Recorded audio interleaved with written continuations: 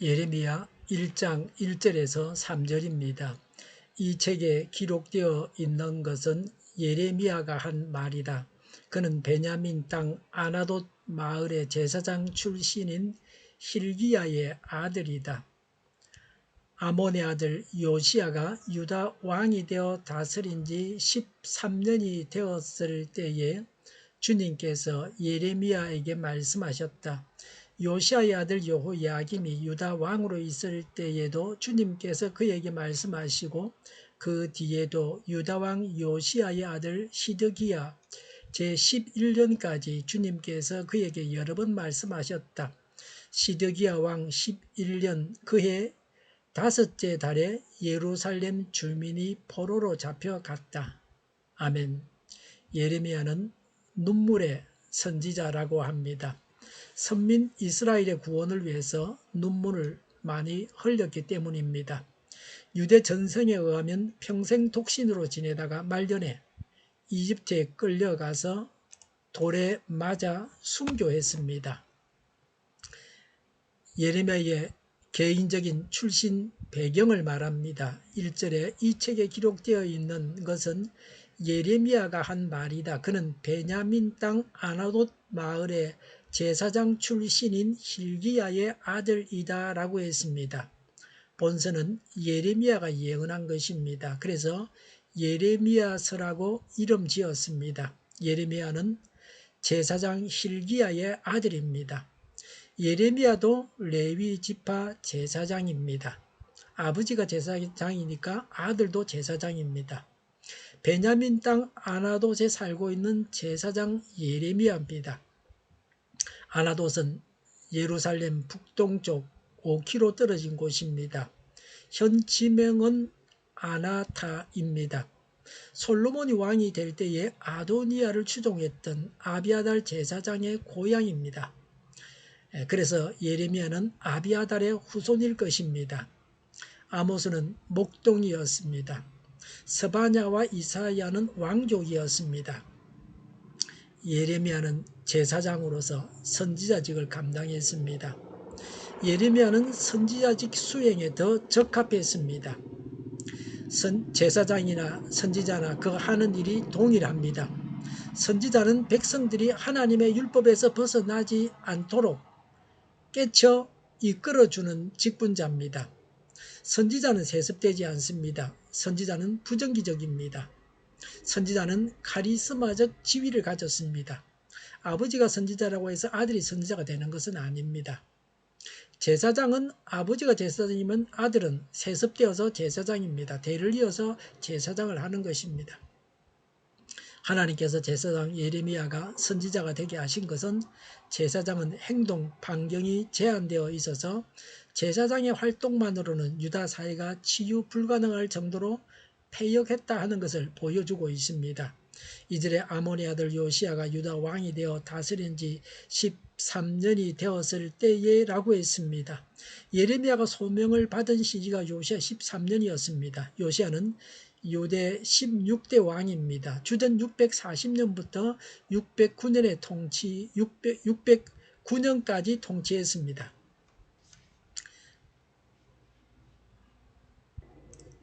31년간 다스렸습니다. 요시야는 아몬 왕이 죽어서 8살의 왕이 되었습니다. 그러나 다윗이나 히스기야와 같은 선한 왕이었습니다. 2절에 주님께서 예레미야에게 말씀하셨다고 했습니다. 예레미야 선지자의 예언이 하나님으로부터 온 것임을 명확히 해줍니다. 예레미야서는 그의 말이 아닙니다. 하나님의 말씀입니다. 선지자는 하나님 말씀을 전하는 자입니다. 예언은 그 근거가 하나님입니다. 하나님의 말씀을 듣고 전하는 것이 선지자의 일입니다. 성경 공부는 성경을 가르치는 것이지 성경을 가지고 자기 이야기하는 게 아닙니다. 자기 뜻을 성경을 가지고 표현하는 게 아닙니다. 설교도 마찬가지입니다. 자기가 할 말을 정해놓고 성경을 끌어오는 거 그거는 설교도 아닙니다. 자기만 하는 겁니다. 성경을 팔아먹고 자기 이론에다가 갖다 붙이는 거 짜집기 하는 겁니다. 하나님 말씀을 전해야 합니다. 베드로는 베드로서 1장 20절 21절에서 여러분이 무엇보다도 먼저 알아야 할 것은 이것입니다. 아무도 성경의 모든 예언을 제멋대로 해석해서는 안 됩니다.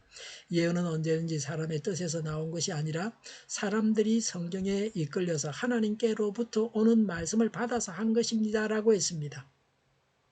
성경을 가지고 마귀 소리 하는 자가 되어서는 안 됩니다. 하나님이 이렇게 하라고 말씀하면 해석을 지 맘대로 해서 하지 마라 했다고 그렇게 반대로 하는 겁니다.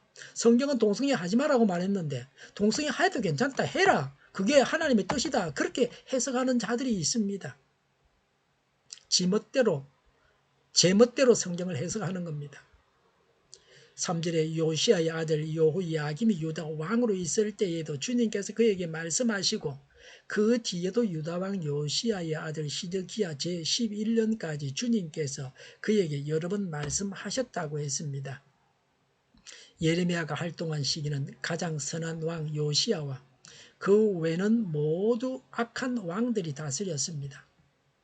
시드기야 11년은 주전 586년 유다가 바벨론에 망한 해였습니다. 예레미야 40장부터 44장은 멸망 후에 예언활동을 기록하고 있습니다. 그래서 예레미야가 예언한 기간은 50년간입니다. 주전 627년부터 주전 580년까지입니다. 하나님은 여러 번 말씀하셨습니다. 각 상황마다 하나님께로부터 오는 새로운 말씀이 필요했습니다. 오늘날은 하나님은 오늘날도 예레미야서를 통해서 우리에게 말씀하십니다. 이 특별한 말씀을 오랫동안 묵상하면서 날마다 주의 깊게 들어야 합니다. 3절에 시드기야 왕 11년 그해 5째 달에 예루살렘 주민이 포로로 잡혀갔다고 했습니다. 시드기야 11년 5월은 나라가 망한 그 다음 달이었습니다. 주전 586년 4월 9일에 예루살렘이 함락되었습니다. 그해 5월 7일에 시드기야 왕과 모든 귀족과 백성들이 바벨론으로 포로로 잡혀갔습니다. 예루살렘은 파괴되었습니다. 예레미야는 불운한 시대에 선지자로 활동했습니다. 나라가 망한 때였습니다. 나라가 건국될 그런 흥황기에 선지자 한 사람은 행복합니다. 그러나 예레미야는 나라가 망한 때였습니다. 죄가 많은 때였습니다. 죄로 인해 나라가 망한 때에 활동했습니다. 예레미야의 예언은 두 가지입니다. 유다가 우상 숭배하고 불의한 것에 대한 징계와 징계 후의 회복입니다. 심판이 줄을 이루고 있습니다. 그러나 회복도 소홀히 취급하지는 않았습니다. 징계와 회복은 예레미야의 이름의 뜻입니다. 예레미야라는 이름의 뜻은 여호와께서 던지신다는 말은 징계하신다 이 말이죠. 또 여호와께서 높이신다는 뜻입니다. 회복하신다는 말입니다. 죄인을 향한 하나님의 말씀이 어찌 좋은 말이 있겠습니까? 죄를 더 많이 지어라 괜찮다. 죄 지어도 괜찮다. 죄 지어도 심판받지 않고 망하지 않는다. 징계하지 않는다. 그렇게 하나님은 말씀하실 수가 없습니다.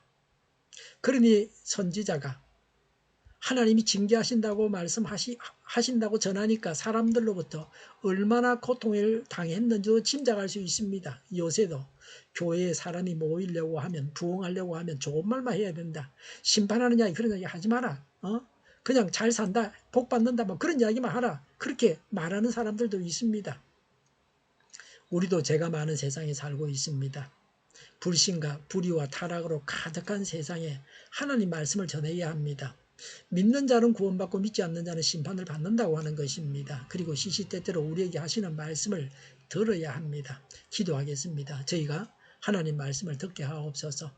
죄 많은 세상에 믿는 자는 구원을 받고 믿지 않는 자는 심판을 받는다고 담대하게 하나님 말씀을 전하게 하여 주시옵소서. 우크라이나의 전쟁과 살산이 그치고 전쟁 책임자가 신속하게 심판을 받게 하옵소서.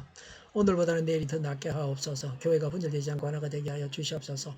모든 언론이 제 역할을 다하게 하여 주시옵소서. 정의가 강물처럼 흘러가게 하여 주시옵소서. 하나님을 대적하는 법을 만들지 않게 하시며 이스라엘 법을 폐기하지 않게 하여 주시옵소서. 있어서는 안 될 법을 만들지 않게 하여 주시옵소서. 지방선거를 주장하여 주시옵소서. 전 세계적으로 백신을 신속하게 대량 생산해서 충분히 공급하고 모두에게 백신이 충분히 공급되고 모든 변이에 효력이 있는 백신과 치료제가 나오고 지독한 변이가 나오지 않게 하여 주시옵소서. 치료제가 저렴해지고 오미크론 유행을 잘 이겨내고 환자 폭증을 막아 주시옵소서. 우리 동일교회가 만군을 지하게 하여 주시옵소서.